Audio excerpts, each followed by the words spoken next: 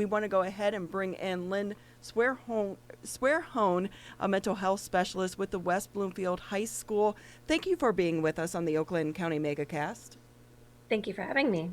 What a tough time for you right now and all of your partners. Mental health is such an important topic, and it's a topic that some people don't like to talk about. How do we encourage people that this is okay to be able to talk about what they are feeling? I think there's, a lot of myths around the fact that talking about suicide will increase suicide. And the truth is that those feelings will be there whether we talk about them or not. So, the best way to get people the support that they need is to talk about it. And everyone experiences emotions. We're social and emotional creatures. So, it's important to acknowledge that. And oftentimes, when we talk about our feelings, that's a good way to process them. But if we stuff them down, then, it just makes things worse sometimes. What advice do you give to parents right now as they continue to try to guide their kids through this crisis? I would say to parents, just remember to breathe. I know all of this is incredibly stressful and, it's sometimes an impossible ask. So, we're asking parents to take on a lot right now. And so give yourself some grace and seek out the support that you need as well. I know sometimes people say, self care, and sometimes getting self care can be hard if you don't have that support or the time to do so. So I would encourage just asking for help where you need it. Lynn, on the other side, what about advice that you're giving to students as they're returning either to in-person learning, or virtual learning, a bit of both, whatever the case may be? So for students, we're seeing some interesting things. So some students prefer online learning and engage more in their classrooms when they have an opportunity to, for example, use the chat in Zoom. And some students who previously, really enjoyed school are going to have a lot of difficult feelings as they transition to online learning. So my advice for students would really be the same: to seek out support where you need it and remember that it's okay to have mixed feelings about everything. And yeah, just to, our school staff are here to support you. So make sure that you reach out if you feel like you need that support. What are some of the resources that are available to them and the parents? So at the different levels, we have social workers and counselors. We have myself, of course, and we're actually planning doing some screenings at the high school and at the other levels. Some will be done by teachers, and some will be student self-report for the older students, so that we can kind of see, how students are doing, get students into services if they need that extra support, and they need someone to talk to. So that's one of the things that we're planning on doing. And then, hopefully we'll be able to bring some students in for groups. I'm primarily based at the high school, so I'm kind of speaking from a high school lens. But, we aren't saying that students can't come to the building at all. We just can't bring everyone back safely. So hopefully there will be some opportunities for maybe some small groups to provide that extra support. But we're going to have to see what happens. So we're really waiting, until people get into Canvas and can start their classes and feel comfortable with that before we open it up to those extra activities.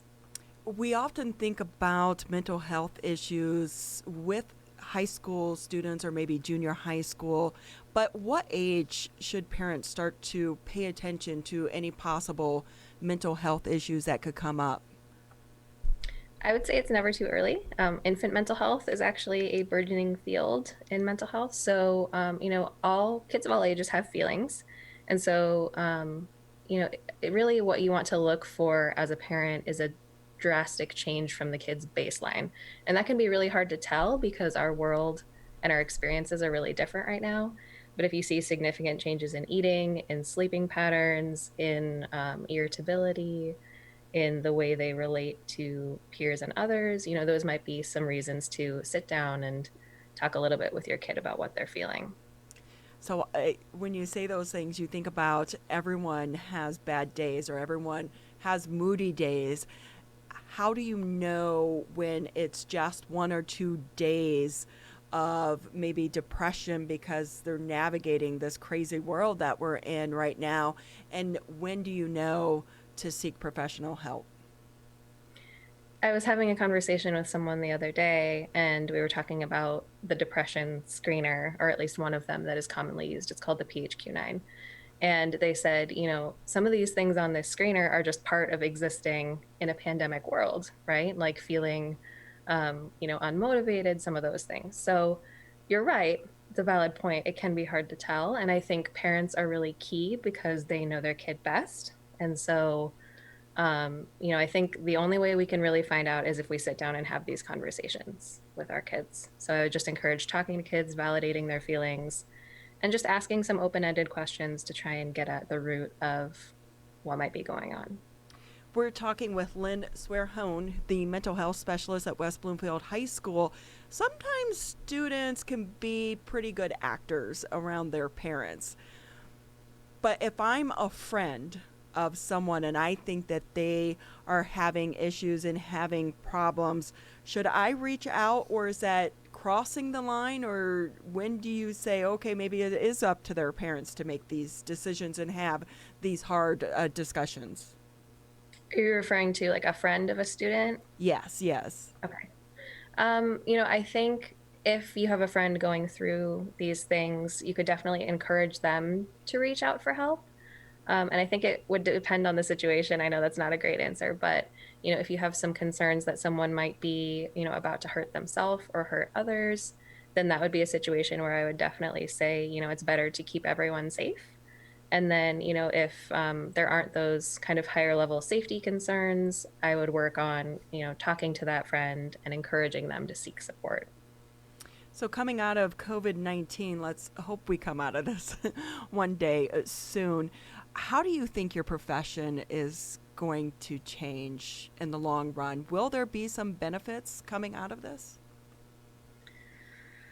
Um, hopefully this will, cause people to talk about mental health more, and to put in place supports that, in the best of times may not be as utilized, but in the worst of times will be there to kind of serve as a safety net.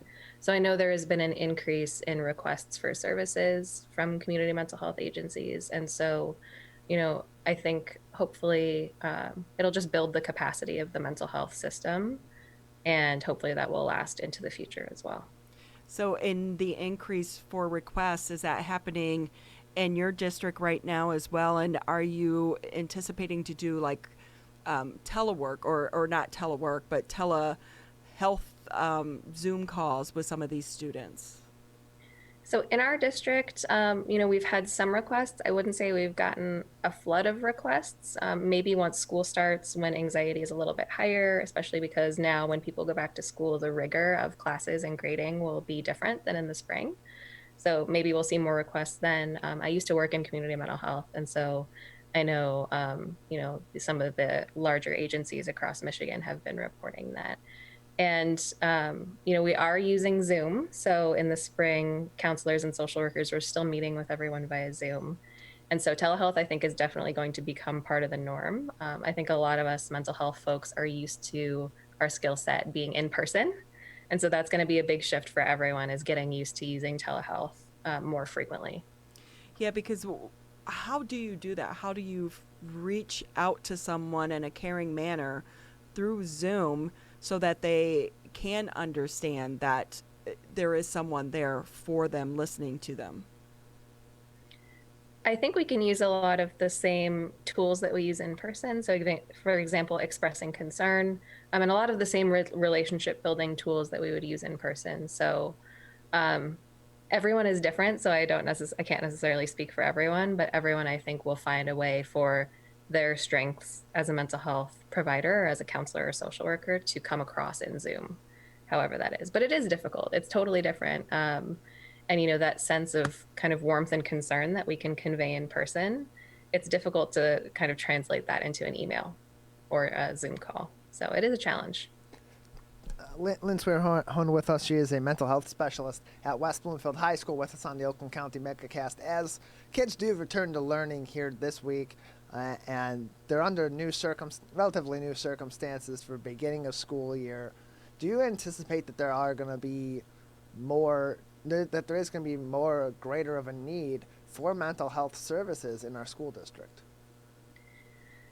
I think some students are going to be anxious about getting sick. We actually did run a webinar, I believe it was last week. It's time soup right now, so I'm not exactly sure off the top of my head, but it was last week and it was about returning to school and coping with anxiety around COVID and around school being different. And that should be available online as well. I think it was sent out to parents by principals. So I think we will potentially see a need as we make that adjustment, definitely. The good news is that the services and supports are there. So our social workers are there, our counselors are there, and they've always been there, and they're, ready to handle anything that might come up. What advice do you have to students who maybe are afraid to pick up the phone and make that call or to reach out to someone? Do you have advice or steps for them or other hotlines maybe they can call? I would say your life and your health are worth it, even if it's scary and even if, the first time you call, maybe you don't feel like it was that helpful. I would just say keep trying because, your health and safety are important and you're worth it and you matter. So that's what I would say about that. We're speaking with Lynn Swerhone, mental health specialist from West Bloomfield High School. Just a couple more minutes here with you on the Oakland County MegaCast. Anything that maybe we didn't touch on because we're not experts in your field that you're seeing or that you're anticipating that you want our viewers and listeners to know, whether they're students or not? I think the one big thing that's important to emphasize is that there's no one size all solution that fits everybody. So, parents may be worried that, they chose online learning and they might have some regrets about that or mixed feelings about that. Or, parents that send their kids in person might have valid concerns about the virus and might be worried about potential consequences. And all anyone can do at the end of the day is what's best for their own family. So, I would encourage people to, again, give themselves grace in that regard because we're all trying to figure this out together and we're all doing the best we can. And we've been trying to figure it out, almost 6 months now. I thought we'd all thought that we would be beyond this by now, but hopefully this does start to end. One last question for you before we let you go. If this continues to carry on past November into December, now they're saying we could have to wear a mask for a year. What do you want the public to know about their mental health? Because are there different levels and layers to this? We may have thought and felt something in the beginning versus the middle versus the end. And how do we navigate that? I think I can speak to personally for me, it's been a little bit of a roller coaster, right? Because initially there was all this anxiety and then there was a lull and now it's back. And you can see, in some places people are kind of having pandemic fatigue. So just being tired of the pandemic, which is valid. None of us asked for this, right? And I think, once we're exposed to a chronic stressor like this for a long time or a chronic threat to our health, it's natural that continued exposure to that stressor can reduce that feeling of unsafety and kind of contribute to that pandemic fatigue. So I think it's important for people to remember that this is about our health and to continue wearing masks and continue to engage in safety measures, regardless of how the feelings roller coaster goes. And I would say, people should reach out at any point in the process if they feel like they need support. And some days may be really bad days, and the next day you might feel okay, but that doesn't mean on those bad days that you can't seek out extra support and that is available. Lynn, thank you so much for being with us on the Oakland County MegaCast, and we wish you and your team the best of luck going into the new school year. Thank you. I appreciate it.